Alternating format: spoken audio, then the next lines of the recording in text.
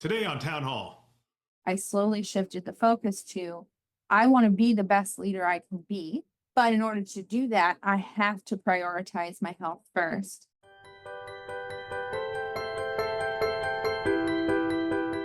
My name is Bill Russell. I'm a former CIO for a 16 hospital system and creator of This Week Health, where we are dedicated to transforming healthcare one connection at a time. Our Town Hall show is designed to bring insights from practitioners and leaders on the front lines of healthcare. All right, let's jump right into today's episode. Hello, everyone. My name is Karla Arzola, and I am here in one more episode of This Week Health. Today's guest is Cally Cripps. Cally is the VP of Technology and Analytics for Aurora Mental Health Center, and she has been in healthcare for about 14 years. And she is also the founder of Systemagically. Cally, welcome. Thank you. I'm really excited to be here this morning and chat with you.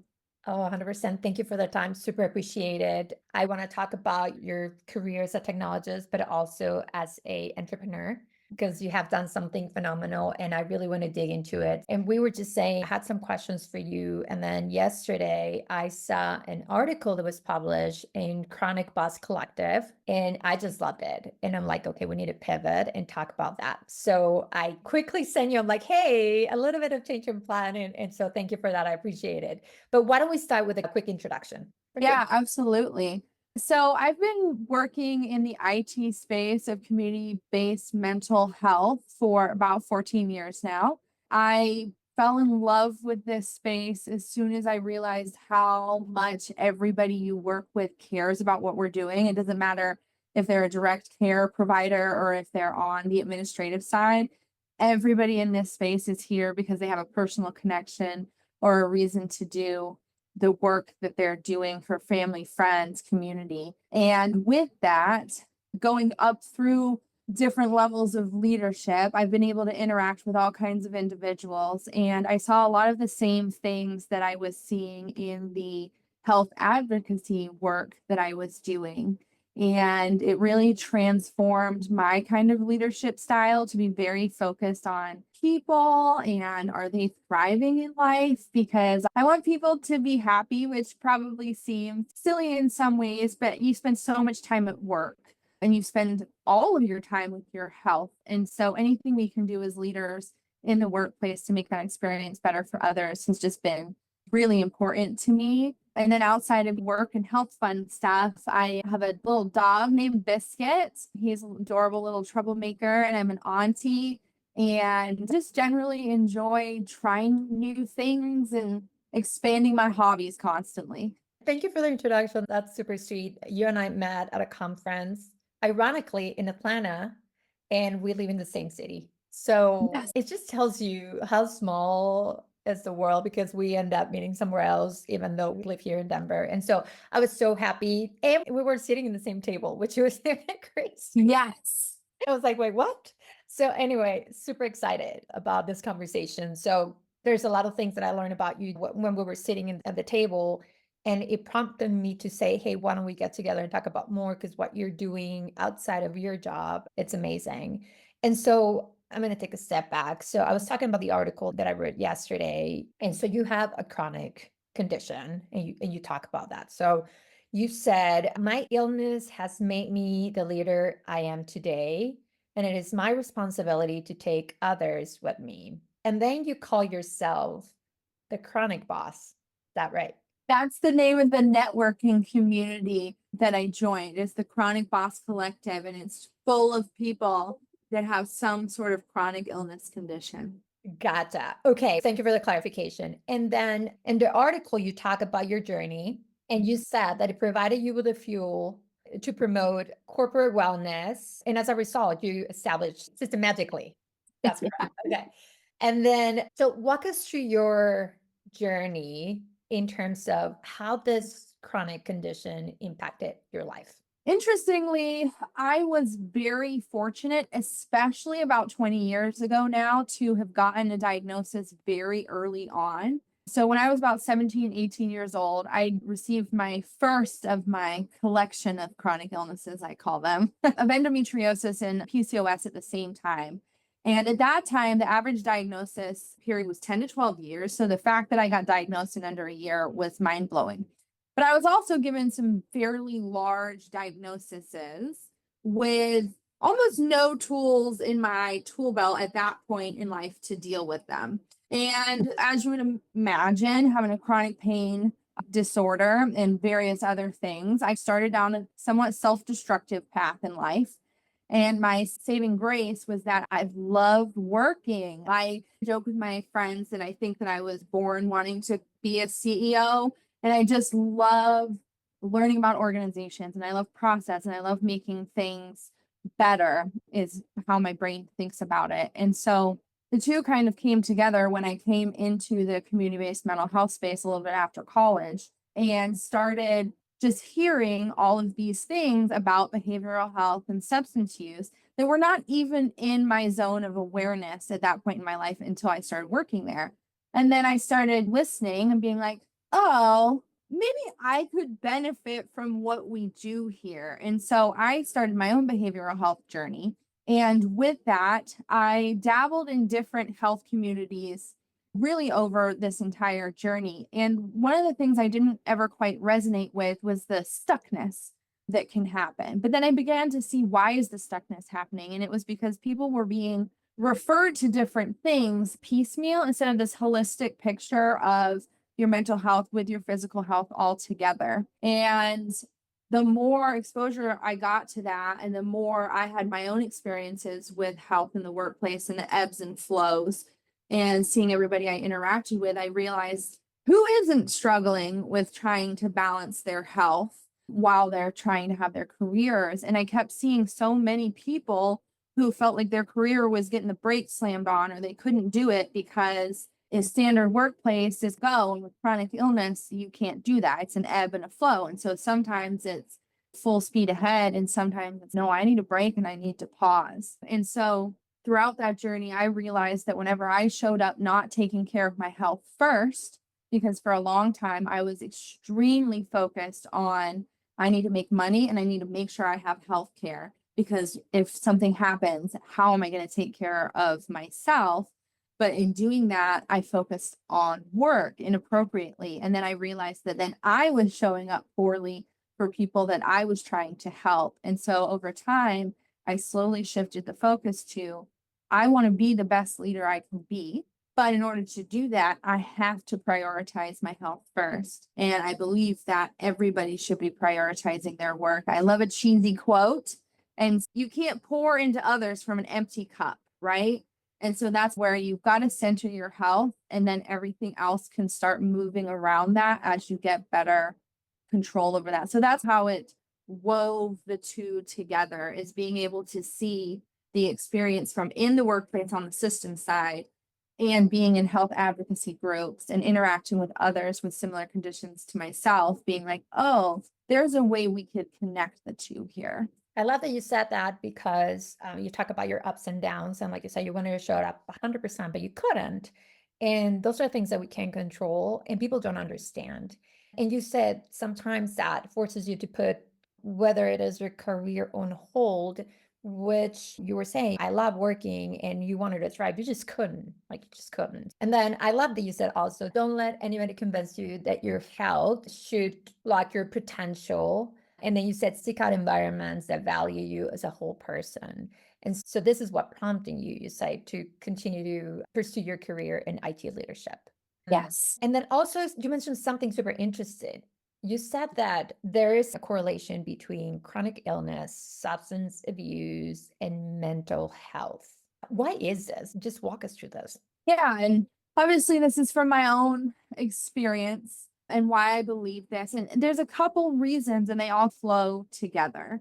One is, with many chronic illnesses, there can be a large lead time on a diagnosis. And so let's take endometriosis, for example. If it takes 8 to 10 years to get a diagnosis, that's 8 to 10 years of your life you're struggling with something that you don't have an answer to. And then once you get a diagnosis, getting the appropriate and accurate treatment can take longer. So if you think about that, that is 10 years of your life where you're struggling with something that it's been unknown. And so if you think about that's going to have an impact on your well-being, because any person not knowing something for that long and having it have a day-to-day impact, that's going to probably cause some symptoms for you. It might be anxiety, it might be depression. And so that's a starting point. And then also within these spaces, and granted, like we've come a long way over the years, but 10 years ago, I was going into these health advocacy groups and I was seeing people getting handed prescriptions for pain meds because they were in pain, but there wasn't a diagnosis and there wasn't more than that. And there was no referral also to behavioral health to help you manage this unknown process. And so naturally, if you have a pain disorder and the only thing you're being provided is pain medication, that is a slippery slope, right? Because you're not getting other tools added to your tool set so that you have this comprehensive approach. And I want to pause for a second to be very clear that I'm absolutely not saying that these things are in your head, because that's actually been told to me, kind of the third element here, twice in my journey. After I've had a diagnostic surgery to confirm endometriosis, I have had 2 providers tell me it was all in my head. And can you imagine being told something is in your head once you've already had 2 major surgeries for it? And that is a very common experience. And so those 3 kinds of avenues, dealing with something very unknown, dealing something that makes your body feel terrible, and then not be providing a comprehensive wraparound set of treatment, or then second guessing yourself, those are going to lead to varying levels of behavioral health issues, substance use issues, and they all tie together, right? If you experience all 3 of those, you can see how that would be very impactful to someone's life. 100%. That makes total sense. And I know that's some of the reasons that you're so passionate about working on the mental health space and also trying to come up with solutions on how to help people. But you also mentioned, obviously, we're all trying to do the same thing and trying to do the right thing, I shall say. Mental health, it's not a new thing. It's more like now we are trying to be more open about learning what are some of the struggles and what are some of the things that we could do for mental health. And all of us in some way or another have had a mental health challenge. But you also mentioned, but there's still gaps. There's gaps on providing that service. And that's what you created Systemagically. Can you Yeah. talk about some of those gaps that you're trying to bridge in terms of, you talk about your tool set, and I know that you're a coach, you also do breathing exercises. Tell us about what are some of the gaps that you're trying to bridge? The founding premise of the Systemagically piece is that you only have so much time and you have only so many resources. But there's a lot of overlap between the skills that it's going to take for you to manage chronic health conditions with the same skills that are going to make you a better leader in the workplace. And so I just started thinking, what if we don't treat these like they're 2 entirely separate things? What if we teach budgeting so you can manage your personal budget and how you're going to manage your healthcare and your life? At the same time, we teach how budgets work in the workplace. What if we do the same thing for project management, time management? These are not separate skill sets. They're very similar. Now, the scopes might expand and how much you're looking at is different, but the fundamental underlying principles of how you go about those things are very similar. And I am in love with process and procedure. I think my way of tying this all together is, how do we create systems that allow you to manage all of this and know when something's going to fall to the side versus when it can't? And so you do requirements gathering. You can do that in your personal life the same way you do it in an organization. But the health piece comes in of that on a daily basis. Everybody, whether you have a chronic health condition or not, health should be your focus. So if you think about, I think it's pretty common for people to talk about juggling different balls, and some are glass and some are plastic, and you don't want to drop the glass ones. I've decided that you have one crystal ball, and that's your health. And under no circumstances can you drop that ball. And so I started looking into ways that I could help leaders do the corporate, the 9 to 5 thing. How do you become better at your job? But then also, here's breathing exercises. If you're getting overwhelmed or stressed out in the middle of the day, or you're having a bad pain day, here's some ways you can breathe through things. And then there's different levels of breath work. But I've also found out that the more intense kind I do sometimes, is extremely good for processing things and just giving your brain space to think about stuff versus everything being a to-do list and get into that subconscious. And I think we're aware in the behavioral health space that a lot of stuff is stored within your body. And so then I started pursuing the Pilates certification, because how could we move our body gently while we're at our desks, or when we're at a conference and you sit in a chair from 8 in the morning until 10 p.m. in sessions and then dinners and networking? Like, that can be a lot for people. And so how do we integrate these wellness things throughout the day versus it just being like, oh, I have to find an hour at the end of the day to go to the gym?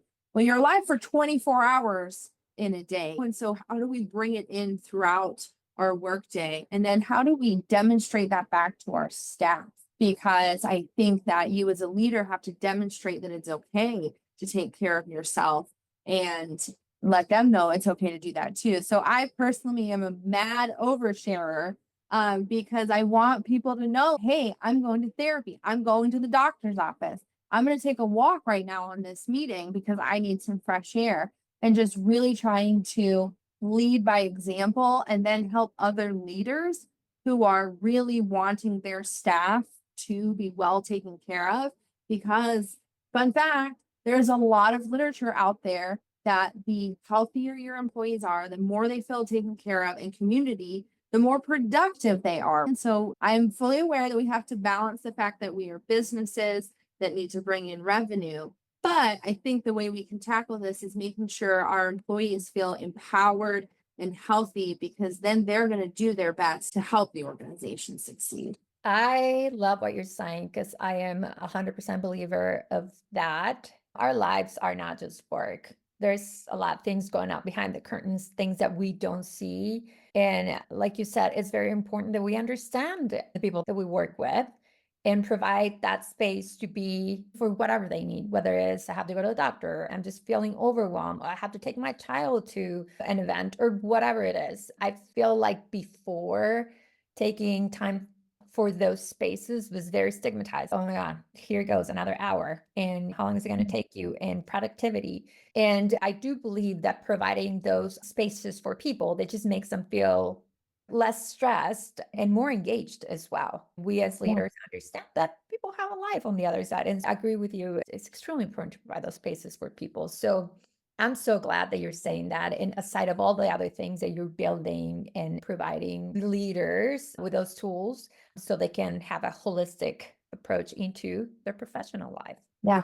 And I know that you love technology. And I want to ask you, because I remember also we were talking about, you attended a few conferences lately, and you were like, oh my God, Karla, there's so much we can do with technology and we're not there yet. But if I had a dream, if I could have, this is what I would do. And I know that you had something specific. Can you talk about what is your dream? What do you think technology can do to address some of these challenges in the mental health space? Yes, I have a two-part dream. So I have something that's slightly more focused on behavioral health. And then I have this full picture, like pie in the sky dream, which I know so many of us are working towards this, which is why I love this space. Is everybody I interact with is genuinely trying to make healthcare better for people. And so within the behavioral health space, we don't have the same benefit as physical health, where we have blood tests or x-rays and different scans to be able to make informed decisions to get to a diagnosis. But we do have a lot of data. And so I'm seeing on the physical health side, there's a company that has now reduced the time to detection of breast cancer by 5 years. There's another organization that has reduced the diagnostic time on women's chronic conditions from 8 to 10 years down to 5 to 7 already. And so those things are looking at all of this data on the physical health side so that we can reduce diagnostic time. What I want to see happen in behavioral health is we use all of this data we have in all of these systems to start forming those kind of diagnostic criteria, but it's based off of conversations like this and notes in the chart. So it's much more difficult without those very solid kind of like markers that are available in other spaces. And what will happen over the next 5 years is we've already been doing measurement-based care, right? We have screeners and assessments that we know have certain indications, and then it moves towards certain diagnoses. What I would love to see us is expand upon that and get to the point where we can say, you are a 30-year-old woman with this background, you're presenting with these symptoms, and we believe that this is your diagnosis. And also, we know that this is the best starting treatment for this group of the population. And hopefully then reducing diagnostic times and speeding up the time you get to the most helpful treatment so that treatment times can be reduced as well. And so we're on that path. Providers are doing this amazing work. And the one thing I definitely want to call out there is this is to help providers. It is under no way to replace them. I do not believe technology ever replaces direct care providers. This is to help reduce the administrative burden, right? We joke about what'd you have for lunch, but then we expect behavioral health providers to retain years of information to get this holistic picture of conversations. And I'm just not a believer that is a reasonable expectation of any human in any field. And so how do we start providing these kinds of insights so the provider can use their skills and their expertise and partner with data to make those changes? And then my pipe dream, high in the sky, is that we get to the point where you have, I'll just say, a card that you can go in, you can scan in any physical mental health establishment in the entire country, any other services too, and really any of the social determinants health arena. You can go into any of these organizations and everything talks to each other. We have figured out how to get your chart from any location into a central repository that can be accessed by any provider. And then you have a holistic picture of the person in front of you. And I believe that's how we move to preventative healthcare versus where we are currently, which is predominantly reactive healthcare. And I think if we can get there, then we start changing healthcare across the board. And that's where people are working towards. I do fundamentally believe that, but that's my dream. I believe in the dream too. I believe that one day it's going to happen because I agree with you. Having that information available at the tip to the providers is important, whether you live here or you live across the country. I was actually on a dinner one time, and Sarah, one of my colleagues, was asking, like, what happens to me if I go skiing, just per se, and I break my leg? Like, nobody's going to have your history. So whether it's in the mental health space or just some things as simple as I broke my leg, the information is not available. And I cannot believe with all the technology we have, we can still make this happen. So I have hope too. Yeah, I think all the pieces and parts are out there. Now we just got to get them all talking to each other. We just have to bring them together 100%. I really appreciate your time. I love your passion. I love what you're doing. And I can't wait to hear more about the strides that you're going to continue to make. Is there anything else that you want to say to close the segment? One thing I'll just say to close it is if you're like a direct care provider listening to this conversation, it's okay to take care of yourself. I feel like a lot of people feel they have to give. And I believe that you can give better by taking care of yourself first. And that we've got to talk about the technology piece a little bit. AI seems big and scary and can seem very big brothery, but I also think it is fundamentally an answer to a lot of our problems. And it's how we create more efficiencies and we become more effective. And that's how we start tying this all together. And so that in just generally speaking, everybody's having a better time. Awesome. Thank you again for your time, and looking forward to talking to you again at some point. Yes, thank you. Have a great day. You too. Thanks for listening to this week's Town Hall. A big thanks to our hosts and content creators. We really couldn't do it without them. We hope that you're going to share this podcast with a peer or a friend. It's a great chance to discuss and even establish a mentoring relationship along the way. One way you can support the show is to subscribe and leave us a rating. That would be really appreciated. Thanks for listening. That's all for now.